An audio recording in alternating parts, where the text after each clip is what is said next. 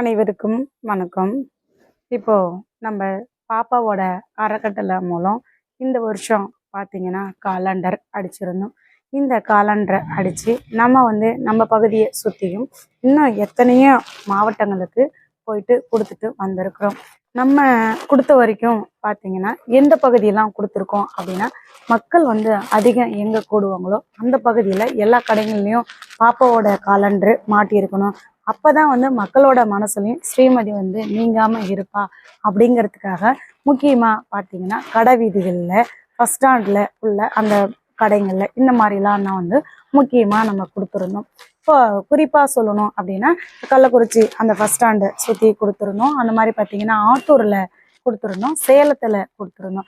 இதெல்லாம் பஸ் ஸ்டாண்டை சுற்றி கொடுத்துருந்தோம். கள்ளக்குறிச்சியில் கூட பார்த்தீங்கன்னா நம்ம கோர்ட்டுக்கு போகிறோம். கோர்ட்டுக்கு போகும்போது பார்த்தீங்கன்னாக்கா அங்கே ஒரு கடை இருக்குது. அந்த கடையில் எத்தனையோ அட்வொகேட்லாம் அங்கே தான் டீ குடிப்பாங்க. அந்த கடையில் கூட பார்த்தீங்கன்னாக்கா நான் பாப்பாவோட காலண்டரை மாட்டி விட்டுட்டு வந்திருந்தேன். இப்படி பார்த்தீங்கன்னா முக்கியமான எத்தனையோ இடங்கள்ல தான் நம்மளுடைய பாப்பாவோட காலண்டரை நம்ம கொடுத்துட்டு வந்திருக்கிறோம். இப்போ கோர்ட்டுக்கு போகும்போது பார்த்தீங்கன்னா அந்த கடைக்கு நான் போனேன். அந்த கடைக்கு போகும்போது பார்த்தீங்கன்னா பாப்பாவோட காலண்டர் இல்லை. அம்மா எங்கம்மா பாப்பாவோட காலண்டர் அப்படின்னு நான் கேட்கும்போது அவங்க என்ன சொன்னாங்க அப்படின்னா, பாப்பாவோட காலண்டர் நான் வீட்டில் கொண்டு மாட்டிக்கிட்டேன் அப்படின்னு சொன்னாங்க. அந்த கடையில் காணும் அப்படின்ன உடனே அடுத்துதான் பார்த்தீங்கன்னாக்க நான் சரி நம்ம கள்ளக்குறிச்சி பஸ் ஸ்டாண்டை சுற்றி கொடுத்தோம் இல்லையா, அந்த கடைகள்லாம் பார்ப்போம் அப்படின்னு சொல்லி போய் பார்த்தேன். எந்த கடையிலையுமே நம்மளுடைய காலாண்டர் இல்லை. அங்கே ஒருத்தர்கிட்ட நான் கேட்டேன், ஐயா நாங்கள் இங்கே எல்லார்ட்டையும் காலாண்டர் கொடுத்தோம், எந்த கடையிலையுமே காலாண்டர் இல்லை, உங்களுக்கு கூட நாங்கள் கொடுத்துருக்குறோம் ஐயா, ஏன் பாப்பாவோட ஸ்ரீமதி காலாண்டரை மாட்டல அப்படின்னு நம்ம கேட்கும்போது அவங்க சொல்லக்கூடிய பதில் என்ன அப்படின்னு பார்த்தீங்கன்னா, இந்த மாதிரி பாப்பாவோட காலண்டர்லாம் இங்கே இருக்கக்கூடாது, இதை எடுத்துருங்க, நீங்கள் வேணும்னா எங்கே வேணாலும் போய் மாட்டிக்கோங்க, இங்கே கடைகளில் மாட்டக்கூடாது, அப்படியே நீங்கள் மாட்டினீங்க அப்படின்னா உங்களுக்கு கடையை விட மாட்டோம் அப்படின்னு சொல்லி எங்களை மிரட்டுறாங்க. நாங்கள் என்னம்மா பண்ண முடியும், அதனால நாங்களாம் யாரும் அந்த காலாண்டரை மாட்டல அப்படின்னு சொன்னார். அதுக்கப்புறம் பார்த்தீங்கன்னா ஒரு விஷயமா நான் சேலம் வரைக்கும் போயிருந்தேன். சரி நம்ம சேலம் போக்குள்ள ஆத்தூர் நான் அந்த போகிற வழிதான், ஆத்தூர் கடைகள்ல இருக்கா அப்படின்னு நம்ம பார்ப்போம் அப்படின்னு சொல்லி பார்த்தேன். ஆத்தூர்லேயும் கிடையாது, சேலத்துலேயும் போய் பார்த்தேன், கிடையாது. இப்போ சேலம் ஆத்தூர் இதெல்லாம் நம்ம கேட்கும் போது எல்லாருமே இதே பதிலை தான் சொல்கிறாங்க. இந்த மாதிரி பாப்பாவோட காலாண்டர் இருக்கக்கூடாதுன்னு சொல்கிறாங்க, இருந்தால் எங்களுக்கு கடைகள் இருக்கக்கூடாதுன்னு சொல்கிறாங்க. இந்த மாதிரி சொல்லும் போது நாங்கள் என்னம்மா பண்ண முடியும், அதனாலலாம் நாங்கள் ஒவ்வொருத்தவங்களும் காலாண்டரை எடுத்துக்கொண்டு எங்கள் வீட்டில் வச்சுக்கிட்டோம் அப்படின்னு சொல்லி சொன்னாங்க. அதுக்கப்புறம் தான் நமக்கு உண்மை புரிஞ்சுது. ஓஹோ, இதெல்லாம் கண்டிப்பாக யாராவது ஒரு போலீஸ்காரங்க செஞ்ச வேலையாக தான் இருக்கும். இப்போ இந்த போலீஸ்காரங்களாம் யார் சொல்லி செய்கிறாங்க, யாருக்காக செய்கிறாங்க? பாப்பாவை மக்கள் மறக்கணும், இந்த மாதிரி இந்த ஸ்ரீமதி அப்படின்னாலே அந்த பள்ளிக்கூடத்துக்கு போன குழந்தை அப்படின்னு தானே சொல்லுவாங்க. அப்போ அந்த பள்ளிக்கூடத்து பேரை சொல்லுவாங்களே, இந்த குழந்தை எங்கே படிச்சுது அப்படின்னு சொன்னால் அந்த பள்ளிக்கூடத்து பேரையும் தானே சொல்லுவாங்க. அப்போது அந்த பள்ளிக்கூடத்துக்காரனுக்கு ஒரு கெட்ட பேர் வரக்கூடாது அப்படிங்கிறதுக்காக இதை தீவிரமாக வேலை பார்த்துருக்கிறது யாராக இருக்கும், நீங்களே சொல்லுங்கள். நம்ம பாப்பா பிறந்த நாள் அப்போ கூட பார்த்தீங்கன்னா பூச்செடி கொடுக்குறோன்னு சொன்னோம். அதுக்கு கூட காவல்துறை என்ன பண்ணுச்சு அப்படின்னா, நம்ம எந்த நர்சரியில் பூச்செடி ஆர்டர் பண்ணியிருக்கோமோ அந்த நர்சரிக்கே போயிட்டு காவல்துறைக்காரங்க நீங்கள் அவங்களுக்கு பூச்செடி தரக்கூடாது அப்படின்னு சொல்லியிருந்தாங்க. இந்த சுற்று வட்டார பகுதியில் எங்கெங்கே நர்சரி நமக்கு அருகாமையில் இருக்கோ எல்லா நர்சரிலையுமே சொல்லி வச்சுருந்தாங்க.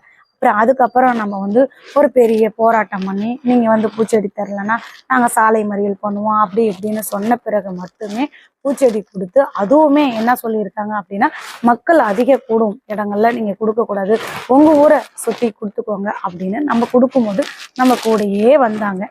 அதே போல் நம்ம எங்கெல்லாம் போஸ்டர் ஓட்டுறோமோ அந்த போஸ்டரையும் கிழிப்பாங்க.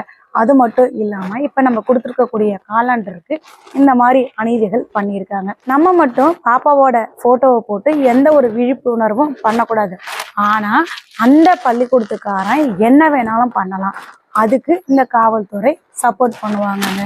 நம்ம பாப்பாவோட காலாண்டர்லாம் ஆத்தூரில் சேலத்தில் இருக்கா அப்படின்னு பார்க்கறதுக்காக நான் இறங்கியிருந்தேன். ஆத்தூரில் இறங்கும் போது பார்த்தேனாக்க ஒரு பஸ்ஸில் ஒரு விளம்பரம் இருந்தது.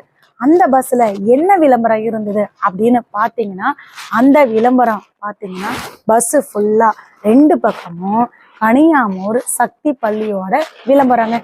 இந்த பள்ளிக்கூடத்தை விளம்பரம் பண்ணி எந்த பஸ்ல ஓட்டுறாங்க அப்படின்னு பாத்தீங்கன்னா, ஒரு கவர்மெண்ட் பஸ்ல இவனுடைய பள்ளிக்கூடத்தை விளம்பரம் பண்ணலாம். அதுக்கு எல்லாரும் சப்போர்ட் பண்ணுவாங்க. இதுவே நம்மளுடைய பாப்பாவோட காலான்ற அங்க இருக்கக்கூடிய கடைகள்ல கொடுத்தா மட்டும் நாங்க உங்களுக்கு கடை விட மாட்டோம் அப்படின்னு அவங்கள மிரட்டுவாங்க.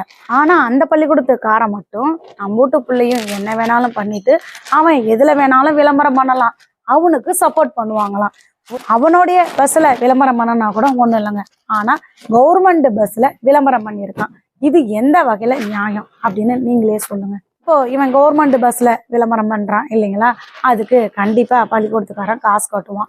காசு கட்டுறதுனாலதான் அவங்க அந்த விளம்பரத்தை பண்றாங்க, பஸ்ல ஓட்டுறதுக்கு சம்மதிக்கிறாங்க அப்படின்னு வச்சுக்குவாங்க. இப்போ கடை நடத்துறவங்களும் வாடகை கொடுப்பாங்க தானே, அப்ப அவங்க கடையில அவங்க காலாண்டர் வைக்கலாம்ல, இதுல என்ன தப்பு இருக்கு நீங்களே சொல்லுங்க.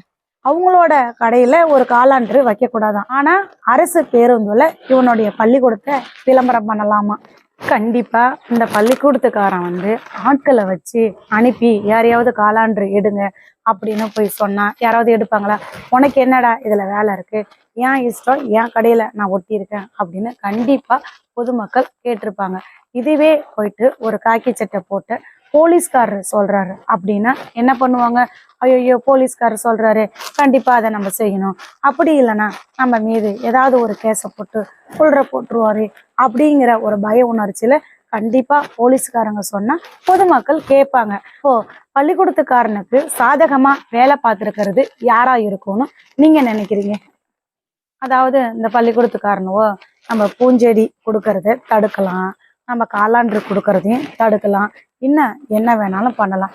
ஆனா மக்கள் மனசுக்குள்ள இருக்கக்கூடிய ஸ்ரீமதியை இவனால என்னங்க பண்ண முடியும் நீங்களே சொல்லுங்க. உங்களுக்கு ஒரு மிகப்பெரிய காண்டு என்ன அப்படின்னு பாத்தீங்கன்னா, அடா உலகத்துல எத்தனையோ இறப்பு நடந்திருக்கு, பொதுமக்கள் அனைவரும் கடந்து போறாங்களே, ஏன் நம்மளே நம்ம பள்ளிக்கூடத்துல பல மர்ம மரணங்கள்லாம் நடந்திருக்கு, அதுக்கெல்லாம் கூட யாரும் இந்த அளவுக்கு கொந்தளிக்கலையே, ஆனா ஸ்ரீமதிக்காக மட்டும் பொதுமக்கள் இவ்வளவு கொந்தளிச்சு போய் இருந்துகிட்டு இருக்கிறாங்க. யாருமே குழந்தைய மறக்கவே மாட்டேங்கிறாங்க.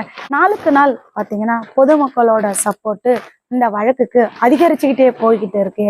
அப்படிங்கிறது மட்டும்தாங்க இவனுக்கு உள்ள ஒரு மிகப்பெரிய ஆத்திரமும் போராமையும் இருந்துகிட்டு இருக்கு. நம்மளும் ஆரம்பத்துல இருந்து என்னென்ன பண்ண முடியுமோ அத்தனை வேலையும் பண்ணி பார்த்துட்டோம். நம்ம கையிலயும் அரசியல் பலம், பண பலம், அதிகாரிகள் சப்போர்ட்டு இத்தனையும் இருக்கு. ஆனா நம்மளால ஒண்ணுமே பண்ணவே முடியலையே அப்படிங்கிறது தாங்க இவனுக்கு உள்ள ஒரு மிகப்பெரிய வைத்தறிச்சல். நம்மளால ஒண்ணுமே பண்ண முடியலையே, நாளுக்கு நாள் எப்படியாவது அனைவரும் ஸ்ரீமதியை மறப்பாங்கன்னு நம்ம நினைச்சுக்கிட்டு இருக்கிறோம். ஆனா நாளுக்கு நாள் ஸ்ரீமதியை எல்லாரும் நினைச்சுக்கிட்டே இருக்கிறாங்களே அப்படிங்கிறதாங்க இவனுடைய நினைப்பா இருந்துகிட்டு இருக்கு. பிள்ளைய எந்த அளவுக்கு கொடுமைப்படுத்தி எந்த அளவுக்கு சித்திரவதைப்படுத்தி பிள்ளையோட உயிரை போக்குனானோ இதை தாங்க நம்மளால தாங்கிக்கவே முடியல. புள்ள கதற அந்த கதறல் நம்ம காதுக்குள்ள ஒவ்வொரு நாளும் ஒழிச்சுக்கிட்டே இருக்குங்க. அப்படி இருக்கும் போது பிள்ளைக்கு நடந்த அவ்வளோ பெரிய அநீதியை நம்மளால எப்படிங்க மறக்க முடியும், எப்படிங்க கடந்து போக முடியும்? பிள்ளைக்கு நடந்த அநீதியை நினைச்சு நம்ம ஒவ்வொரு நாளும் அழுதுகிட்டு இருக்கிறோம். அதெல்லாம் எங்குங்க இந்த கொலகார நாய்களுக்கு புரிய போகுது? எப்படியாவது பாப்பாவோட முகத்தை நம்ம அனைவரும் மறந்து போகணும் அப்படின்னு அவனுங்க நினைச்சுக்கிட்டு இருக்கிறானுவோ. இவனுக்காக பாத்தீங்கன்னா ஒரு சில எச்சக்கல நாய்ங்க தான் பணத்துக்காக வேலை பார்த்துக்கிட்டு இருக்கும். ஆனா பாசத்தை அவனால விலை கொடுத்து வாங்க முடியாதுங்க.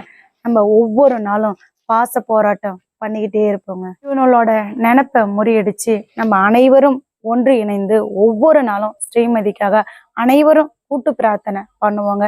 கண்டிப்பா நம்மளுடைய கூட்டு பிரார்த்தனை மூலம் இவனுங்களுக்கு நிச்சயம் தக்க தண்டனை கிடைக்குங்க.